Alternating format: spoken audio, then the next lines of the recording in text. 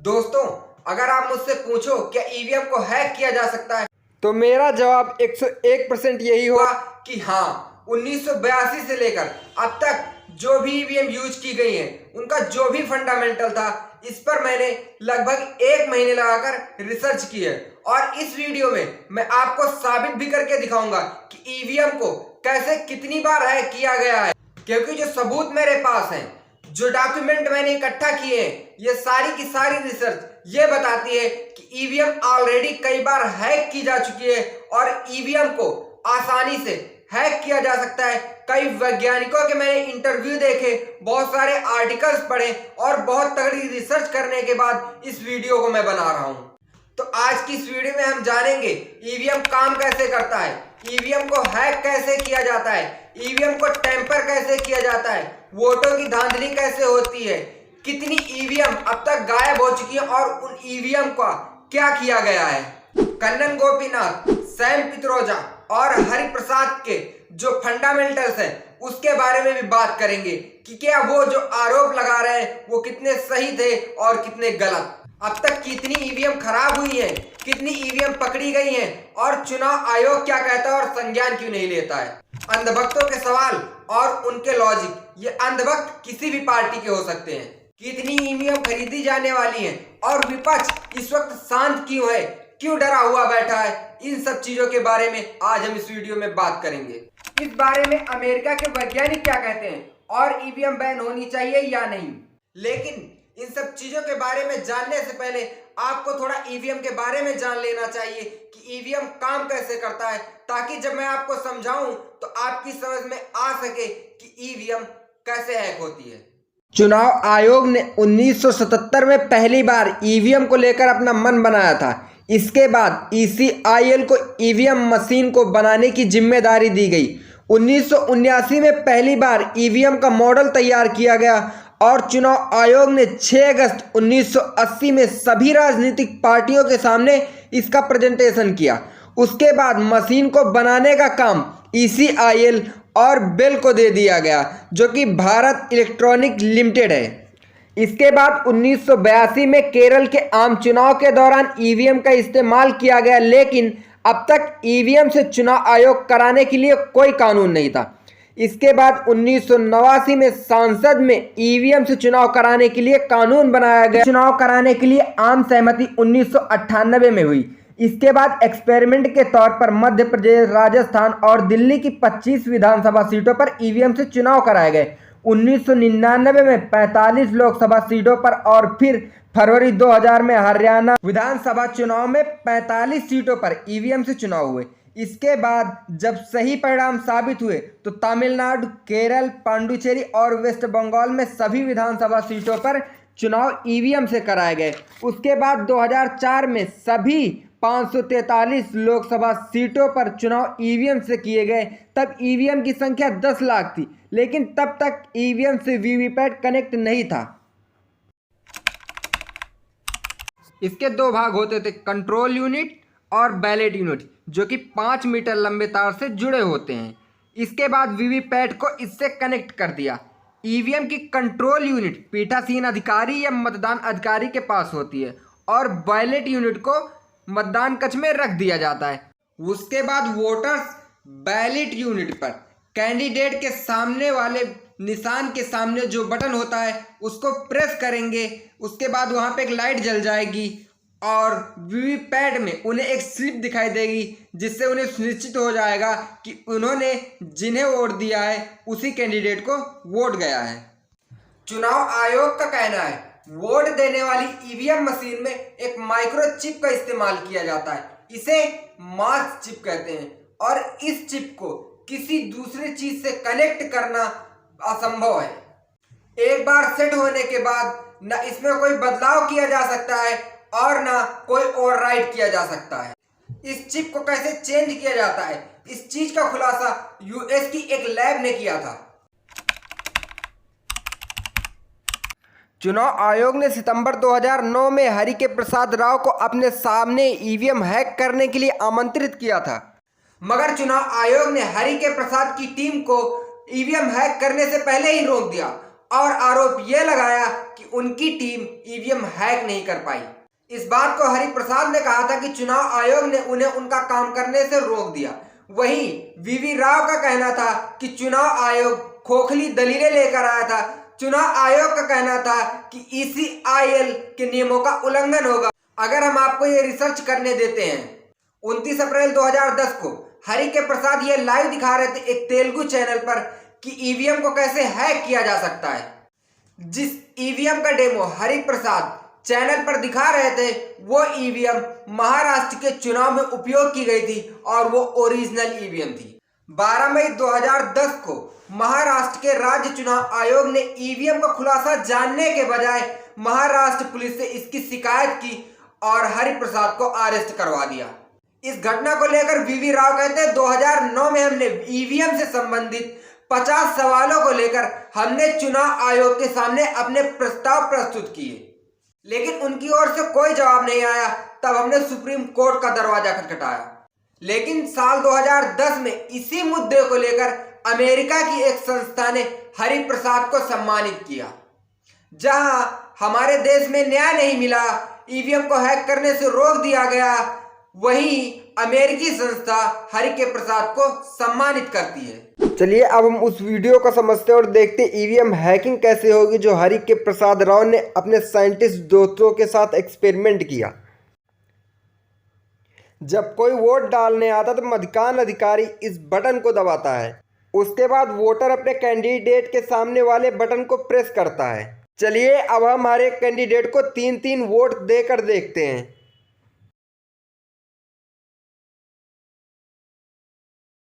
और उसके बाद लोगों के सामने इसके वोटों की गिनती की जाती है। लेकिन डिस्प्ले में दिखाता है कैंडिडेट एक 7 वोटों से जीत जाता है, मतलब डिस्प्ले में कुछ तो गड़बड़ी है। सबको 3-3 वोट पड़े थे, लेकिन सबसे एक वोट चुरा लिया गया है। अब मशीन को ओपन करके आपको दिखाते हैं कि ईवीएम को कैसे टैंपर किया जाता है। मशीन के कंप्यूटर में एक प्रोसेसर है और एक मेमोरी है जिसमें वोट जमा होते हैं। इस चीज को परिणाम देने के लिए कंट्रोल यूनिट को खोला जाता है। उसके बाद असली की जगह नकली डिस्प्ले लगा दिया जाता है, जिससे गलत परिणाम दिखा दिया जाता है। आप देख सकते हैं दोनों डिस्प्ले एक जैसी दिखाई दे रही हैं, लेकिन इसमें से एक नकली डिस्प्ले है। इस डिस्प्ले के नीचे एक चिप है जो सच को झूठ में बदल देती है, और एक ब्लूटूथ रेडियो है जो मोबाइल से चिप को बताता है कि कौन सा उम्मीदवार कितने वोटों से जीतना चाहिए। इस डिस्प्ले को धोखाधड़ी करने वाले चुनाव से पहले लगा देते हैं। आइए अब हम दूसरा तरीका समझते हैं कि ईवीएम को कैसे हैक किया जाता है। इस चीज को साबित करने के लिए हमने एक क्लिप बनाई है। इसमें एक डायल है जिसमें जीतने वाले उम्मीदवार का नाम सेट कर दिया जाता है। उसके बाद मेमोरी से चिप पर इसे लगा देते हैं और कुछ ही सेकंडों में चुनाव के परिणाम को बदल दिया जाता है। इससे चोरी का कोई सुराग भी नहीं और धोखेबाज उम्मीद की जीत भी। अब हम बात कर लेते हैं वैज्ञानिक सैम पित्रोदा की। हालांकि ये हमेशा कांग्रेस के सपोर्ट में रहते हैं, इसलिए लोग इन पर विश्वास नहीं करते। अब ये वही सैम पित्रोदा हैं जिन्होंने कभी कहा था कि हम अपने घर बैठे अपने फोन से कहीं भी ट्रेन का टिकट बुक कर सकते हैं, तो पूरे देश ने उनकी खिल्ली उड़ाई थी। सैम पित्रोदा ने 4 PM पर इंटरव्यू देते हुए कहा है कि उनके एक दोस्त हैं जो जो बाइडेन के एडमिनिस्ट्रेशन में काम करते हैं। उन्होंने कहा आप हमें ईवीएम लाकर दे दीजिए, हम इसे 24 घंटे के अंदर हैक करके दिखा देंगे, लेकिन हमें सही जानकारी देनी चाहिए कि कौन सा वर्जन है और कौन सा सॉफ्टवेयर डाला गया है। अब हम बात करते हैं IAS का इस्तीफा देकर ईवीएम के खिलाफ आंदोलन छेड़ने वाले कन्नन गोपीनाथ के बारे में, जिन्होंने कई इलेक्शन भी कराए हैं। उनके खुलासे बहुत ही ज्यादा चौंकाने वाले हैं।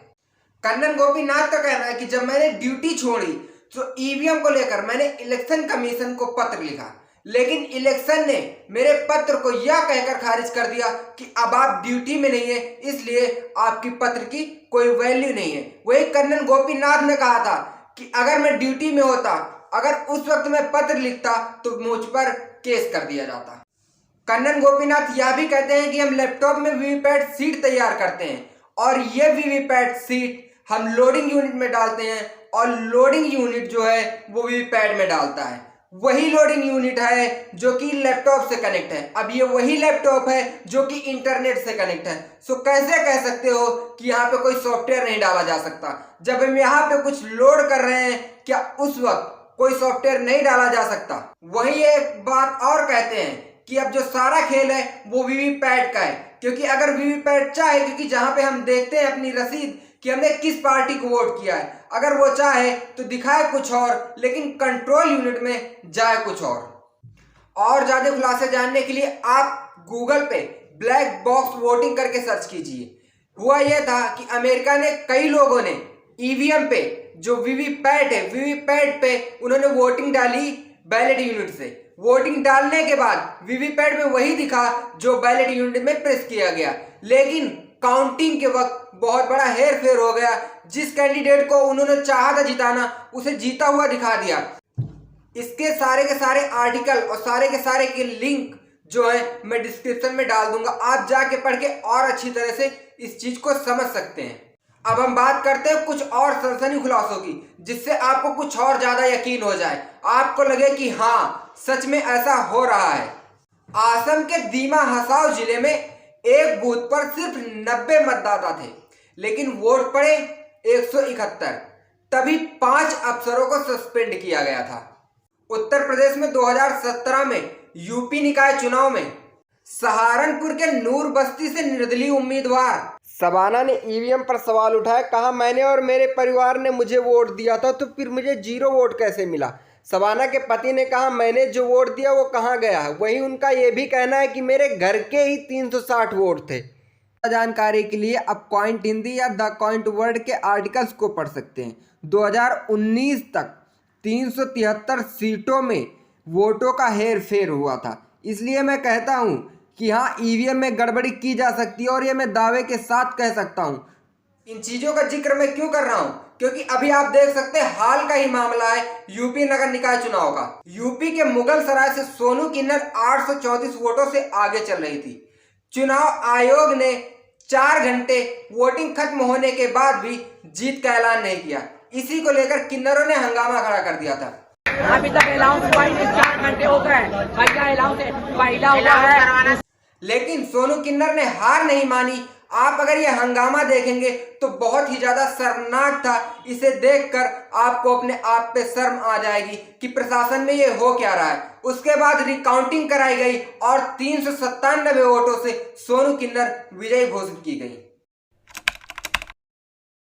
राजस्थान के 2018 के चुनाव में एक इलेक्शन ऑफिसर अपने घर पे 5 ईवीएम लेके चला गया था और वो इलेक्शन ऑफिसर भाजपा के लीडर का पड़ोसी था।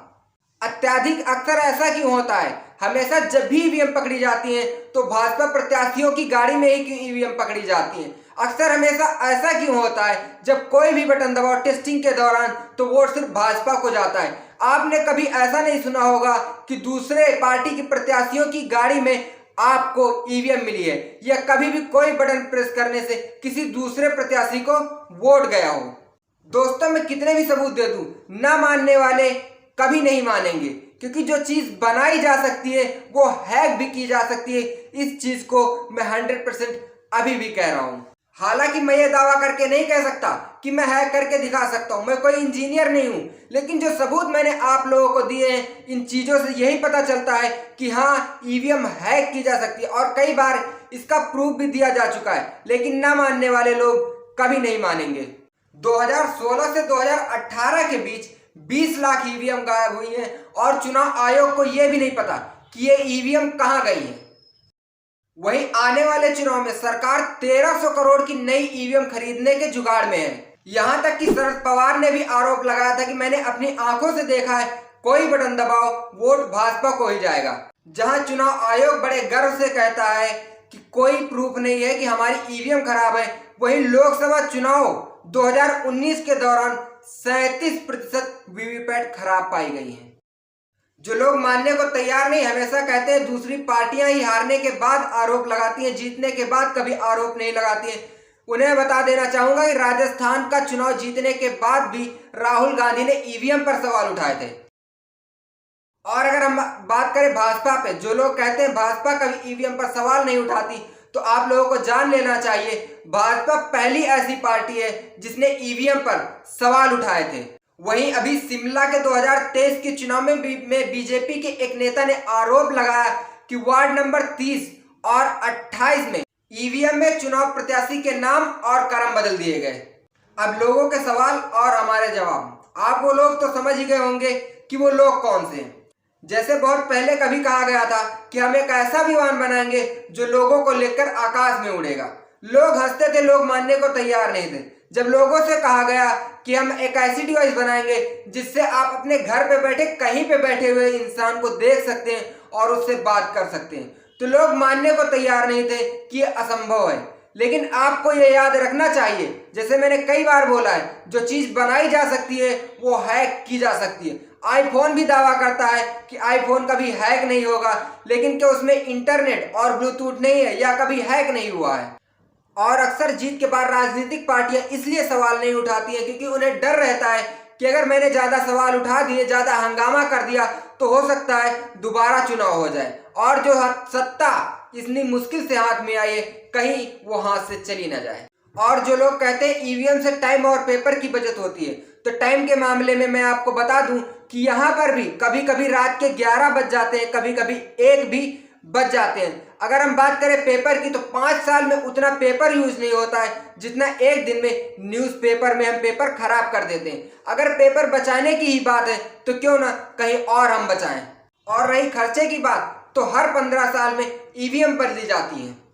वहीं इन लोगों का कहना है कि ईवीएम में कोई वाईफाई और इंटरनेट कनेक्शन नहीं है, इसलिए हैक नहीं किया जा सकता। तो मैं आप लोगों को बता दूं, जो हमारा टीवी है, बहुत से टीवी में कोई वाईफाई और इंटरनेट कनेक्शन नहीं है, लेकिन फिर भी इसे रिमोट से कंट्रोल किया जा सकता है। तो क्या ईवीएम रिमोट कंट्रोल नहीं हो सकती? क्या उसमें कोई ऐसी डिवाइस इंस्टॉल नहीं की जा सकती? क्या कोई ऐसी चिप नहीं लगाई जा सकती जिसे रिमोट से कंट्रोल किया जा सके? दोस्तों, सबूत भी बहुत है, सवाल भी बहुत और जवाब भी बहुत। मैं आप लोगों से रिक्वेस्ट करूंगा कि अगर आप लोगों ने ये वीडियो यहाँ तक देखा है तो चैनल को सब्सक्राइब करना और लाइक करना ना भूलें, ताकि हम अपनी आवाज ऐसे ही उठाते रहें और सच को उजागर करते रहें। जय हिंद, वंदे मातरम।